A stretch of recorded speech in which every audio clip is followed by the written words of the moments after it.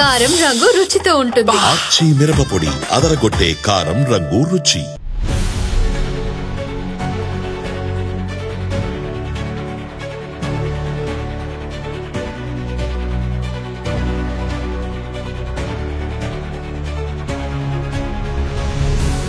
Hi viewers, welcome to Aadhan మరోకోణం. నేను మీ ప్రసాద్.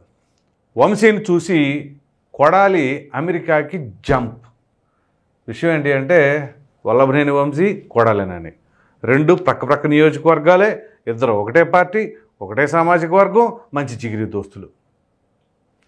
సో ఇద్దరు రెండు విభిన్నమైన పార్టీల్లో ఉన్నా తర్వాత కాలక్రమేణా ఆయన్ని ఈ పార్టీలోకి తెచ్చేసుకున్నారు కొడాలి నాని. అయితే ఇక్కడ కీలకమైన అంశం ఏంటి అంటే వల్లభనేని వంశీ దాదాపుగా ఇక శతదినోత్సవం జరుపుకోబోతున్నారేమో బహుశా జైల్లో, నాకు తెలిసి ఆ పరిస్థితి ఉంది. ఆయన చూసిన తర్వాత నిజంగా వల్లభనేని వంశీ పైన విపరీతమైన ఆగ్రహావేశాలతో నలిగిపోతున్న వారు కూడా అరే పరిస్థితికి అయితే వల్లభనేని వంశీని చూడగానే అనిపించేలాగా ఉంది.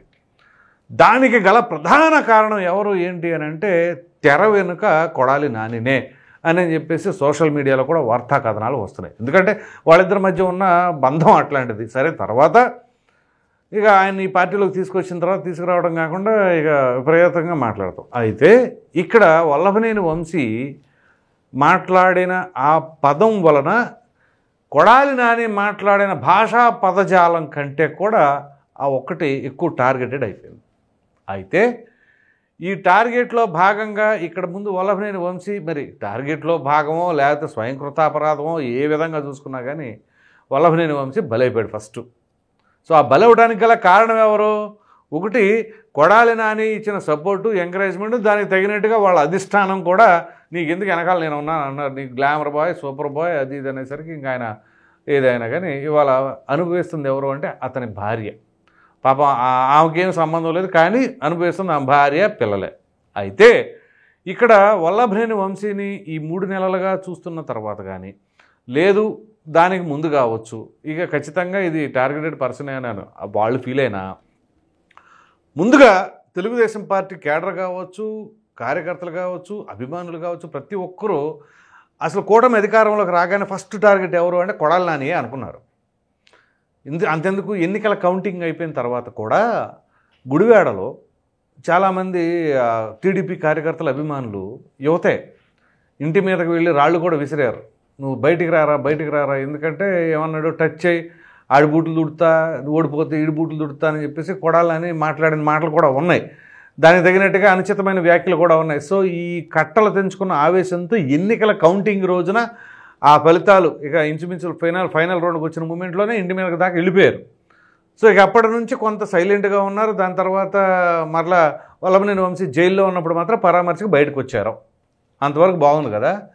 ఇక వల్లభనేని వంశీ పరిస్థితి గమనించిన తర్వాత ఖచ్చితంగా భవిష్యత్తు ఎలా ఉంటుంది అని చెప్పేసి ఆయన ఊహించుకున్నాడా, భయపడ్డారా, లేకపోతే నిజంగానే ఆయనకు అనారోగ్య కారణాలు పరిస్థితి తలెత్తిందా అంటే అఫ్కోర్స్ ఆయన కొంచెం మామూలుగా గుట్కాలు ఆయన అవుతూ ఉంటారు తెలుసు కాబట్టి, నేను ప్రత్యక్షంగా చూశాను కాబట్టి ఎంతో కొంత అది ఆరోగ్యానికి హానికరం చేస్తుంది కాబట్టి దాని ఇంపాక్టు, ఆయనకున్న ఇతరత్ర అలవాట్ల వలన కొంత అనారోగ్య పాలయ్యారు. అఫ్కోర్స్ ఏజ్ కూడా 55 చేంజ్ ఉంటుంది. సో ఖచ్చితంగా ఆ ఇంపాక్ట్ కూడా ఉంటుంది. వీటన్నిటి నేపథ్యంలోనే ఆయనకి ఏదో కొంచెం అనారోగ్య సమస్యలు తలెత్తాయి అని చెప్పేసి అన్న తర్వాత ఆయన హాస్పిటల్ తీసుకెళ్తే తీరా కట్ చేస్తే అక్కడ ఏంటి అంటే ఇదిగో స్టంట్లు వేయాల్సి వచ్చింది అని చెప్పేసి హైదరాబాద్ నుంచి ముంబై తీసుకెళ్లారు. ఇక్కడ వరకు బాగానే ఉంది. గత 2-3 నెలలుగా డాక్టర్ల పర్యవేక్షణలోనే ఈయన జైల్లో ఎలా ఉన్నాడో ఆయన హాస్పిటల్లో, ఈ వల్లభనేని వంశీ ఏమో జైల్లో, ఈయన హాస్పిటల్లో, ఆయన ఏమో వైద్యుల పర్యవేక్షణలో ఉన్నారు. సో ఇంతవరకు బాగానే ఉంది. ఇప్పుడు ఆల్ ఆఫ్ ఏ సడన్గా ఈయన అమెరికా వెళ్ళిపోబోతున్నాడు అని చెప్పేసి మరలా సోషల్ మీడియాలో వార్తలు. నిజంగానే వెళ్ళిపోబోతున్నారా, ఏం జరగబోతుంది, అసలు మామూలుగా వెళ్ళడానికి గల కారణాలు ఏంటి? నిజంగా ఇప్పుడు ఇండియాలో ట్రీట్మెంట్ దొరక్క అమెరికా వెళ్ళి మరి ట్రీట్మెంట్ చేయించుకోవాల్సిన పరిస్థితులు ఉన్నాయా ఇవాళ? ఆలోచించండి. మీరు 70s, 80s లేదు 90s అని అంటే ఓకే, అప్పుడు టెక్నికల్గా యుఎస్ చాలా స్ట్రాంగ్గా ఉంది, డాక్టర్స్ కూడా మంచి ఎక్స్పర్ట్స్ ఉన్నారు కాబట్టి అక్కడికి వెళ్ళి ట్రీట్మెంట్ చేయించుకునేది, ఇది ఎన్టీ రామారావు గారి హయాంలో. కానీ ఇప్పుడు ఆ పరిస్థితి లేదే. బ్రహ్మాండమైన ట్రీట్మెంట్ మన ఇండియాలోనే ఉంది, అద్భుతమైన డాక్టర్స్ ఉన్నారు. సో అయినా అమెరికాకి వెళ్ళాలి అని చెప్పేసి మెడికల్ ప్రిస్క్రిప్షన్ తీసుకున్నారు, మెడికల్ వీసా. మెడికల్ వీసా ఎందుకు తీసుకోవాల్సి వస్తుంది, ఏమిటి, నిజంగానే ఇక్కడ ట్రీట్మెంట్ దొరకని జబ్బు కానీ ఏమైనా ఉన్నదా ఏంటది? పోనీ ఇండియాలో మీరు గూగుల్లో సెర్చ్ చేయండి, ఇండియాలో ట్రీట్మెంట్ జరగలేదు, ఇక్కడ లేదు అవకాశం, ఒక్క అమెరికాలో మాత్రమే అవకాశం ఉంది అని చెప్పి టైప్ చేయండి. ఎటువంటి డిసీజెస్ ఏమైనా ఉన్నాయేమో, ఉంటే అది నిజంగానే కొడాలి నానికి ఉందా, అక్కడ ట్రీట్మెంట్ అవసరమా, లేదు ఇదంతా కూడా ఒక గేమా? సో ఇప్పుడు ఇవాళ కాబట్టి రేపు కాబట్టి తెలియండి అరెస్ట్ కాబడతారు అని చెప్పేసి, ఎందుకంటే అసలు మొట్టమొదటిగా అరెస్ట్ చేయాల్సింది ఆయనే అని చెప్పేసి టీడీపీ శ్రేణులు ఎదురు చూస్తూ ఉన్నారు. సో ఇదంటే ఏదో ఆయన మాట్లాడిన భాష వల్ల కాదు, అఫ్కోర్స్ భాష వలన అరెస్ట్ కాబడిన వాళ్ళు వేరే, కానీ ఇక్కడ ఈయన ప్రజాప్రతినిధిగా ఉన్నాడు కదా, ఈయన మంత్రిగా చేశారు, దానికి ముందు ఎమ్మెల్యేగా చేశాడు. సో ఇటువంటి తరుణంలో ఆయన పైన అనేక రకాలైన అవినీతి ఆరోపణలు కూడా ఉన్నాయి. ఏదైతే ఆ మట్టి తవ్వకాలకు సంబంధించిన వ్యవహారం కావచ్చు, అలాగే భూ అక్రమాలకు సంబంధించిన వ్యవహారం కావచ్చు, వీటన్నిటి నేపథ్యంలో అది కూడా ఆ చిట్టా మొత్తం రెడీ అయ్యి అధికారులు రెడీగా ఉంచారట సాక్ష్యాధారాలతో సహా. ఈ నేపథ్యంలో ఖచ్చితంగా అరెస్టు కాబోతున్నారా ఏంటి? పైగా ఆయన సివిల్ సప్లైస్ మినిస్టర్గా చేశారు, అప్పుడు ఏమన్నారు, సన్నబియ్యం ఎత్తానప్పుడు జగన్మోహన్ రెడ్డి గారు అన్నారు, ఆ తర్వాత ఈయన మినిస్టరు, తర్వాత ఎవడెత్తా అన్నాడు, మళ్ళీ నీ అమ్మ డాష్ ఎత్తానన్నాడా అని చెప్పేసి మళ్ళీ ఈయనే మాట్లాడాడు. సో అలా నోటికి అదుపు లేదు అప్పుడు ఇద్దాం అనుకున్నాము, లేదు ఇప్పుడు బడ్జెట్ పెరిగిపోయింది, లేదా వల్ల కావట్లేదు, కొంచెం అప్పులు ఉన్నాయి, సో ఇటువంటి నేపథ్యంలో ఇస్తానన్నమాట వాస్తవమే, కానీ కొంత సమయం పడుతుందనో లేకపోతే ఇప్పుడున్న పరిస్థితుల్లో ఈ బడ్జెట్కి అది అవకాశం లేదనో చెప్పుకోవడం వేరు. కానీ ఎవడెత్తా అన్నాడు అని చెప్పేసి అప్పుడు అధికారం ఉంది కదా అని ఇష్టం వచ్చినందుకు మాట్లాడితే ఎలా ఉంటుంది? అలాగే కన్ను మిన్ను కానరాకుండా మరి ఇదే చంద్రబాబు నాయుడు గారు లేకుండా కొడాలి నాని ఎక్కడి నుంచి వచ్చాడు తెలుగుదేశం పార్టీలోకి?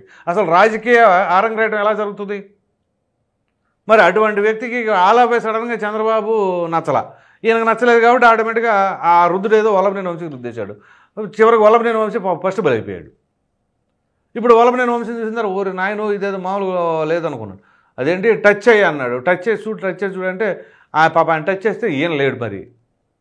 సో అలాగనమాట. ఇప్పుడు అట్లాంటి పరిస్థితుల్లో ఉన్న కొడాలి నాని నిజంగా అమెరికా వెళ్ళిపోతున్నాడు. అమెరికా వెళ్ళిపోదాం అనుకుంటే ఎంతకాలం ఉంటాడు? ఒకవేళ వెళ్ళాడు అనుకుందాం, పని వెళితే ట్రీట్మెంట్ కోసం ఎంతకాలం ఉంటాడు మెడికల్ వీసా మీద? అక్కడ ఒక పక్కన ట్రంప్ ఏమో అసలు మా దగ్గర అవసరం లేదు బాబు అని ఇండియాని తోలేస్తున్నారు, ఇండియాలో ఇండియన్స్ని కొంతమంది, అది జాబ్ పర్మిషన్స్ ఆర్ట్ వీసాలు వాటి గురించి. సరే ఇప్పుడు ఆ విషయం ప్రక్కన పెడితే కనీసం హెల్త్ మీద ఏదన్నా విషయం గురించి వెళ్ళాలి అని అంటే ట్రీట్మెంట్ తీసుకుంటారు, 3 నెలలు లేదా 6 నెలలు తీసుకున్నారు. తర్వాత ఇక్కడ సాక్ష్యాధారాలు ఉన్నాయి కదా, సో ఆ విధమైన పరిస్థితి. సో ఇక్కడ వల్లభనేని వంశీని చూసే కొడాలి నాని నిజంగా ఈ విధమైన పరిస్థితి ఉందా? మరి ఇప్పుడు నిజంగా ఇప్పుడు పేరు నాని ఉన్నాడండి, ఆయన బ్రహ్మాండంగా మాట్లాడుతున్నాడు, ఇప్పటికి ప్రెస్ మీట్లు పెడతా, అంబటరామ బ్రహ్మాండంగా ప్రెస్ మీట్లు పెడుతున్నాడు, రోజా ఉంది ఆవిడ ప్రెస్ మీట్లు పెడుతున్నారు, రజనీ ఉంది ఆవిడ ప్రెస్ మీట్లు పెడుతున్నారు. సరే అవినీతి ఆరోపణలు ఉన్నాయా, అవి ఏం జరుగుతాయి తర్వాత విషయం, కానీ హిట్ లిస్ట్లో ఉన్న వాళ్ళల్లో వీళ్ళు ముందు. సో ఆ తర్వాత వీళ్ళు మాట్లాడుతూ ఉన్నారు. ఇప్పుడు పేరు నాని గారు ఉన్నారు, ఆయన ఎలా మాట్లాడతారు? ఫస్ట్ విరుచుకుపడ్డారు ప్రభుత్వం మీద, ఆ తర్వాత ఏమన్నారు, ఆ సతీమణి ఏదైతే రేషన్ బియ్యం కుంభకోణంకి సంబంధించిన వ్యవహారంలో లేదు చంద్రబాబు నాయుడు గారు లేడీస్ వైపు అసలు ఆయన పెద్దగా ఫోకస్ చేయరు, ఆ విషయంలో చాలా హుందాగా ఉంటారని చెప్పేసి అన్నాడు. మరి ఆయన తీసుకొచ్చి మళ్ళీ విడుదల రజనీ గారి విషయంలో మాట్లాడారు. నిజంగా మీరు గమనించండి, కులాలు మహిళలు ఇట్లాంటివన్నీ కూడా అధికారం ఉన్న సమయంలో గుర్తురావు. ఇప్పుడు విడుదల రజనీ గారు ఉన్నారు, ఒక మహిళా మాజీ మంత్రిని పట్టుకుని ఎలా చేస్తారా అని అంటే, ఈవిడ మహిళా మంత్రిగా చేసినప్పుడు మహిళ అని అనరు, మంత్రి.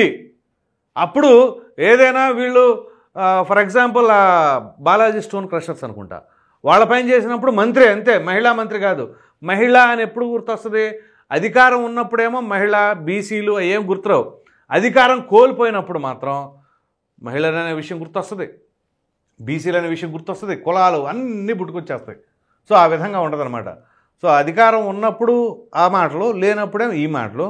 ఇప్పుడు తీరా కట్ చేస్తేనేమో ఇదిగో కొడాలి నాని గారు మాట్లాడిన మాటలు ఇప్పటికీ ఆ కార్యకర్తలకి ఆ చెవుల్లో మార్మోగుతూనే ఉంటాయి.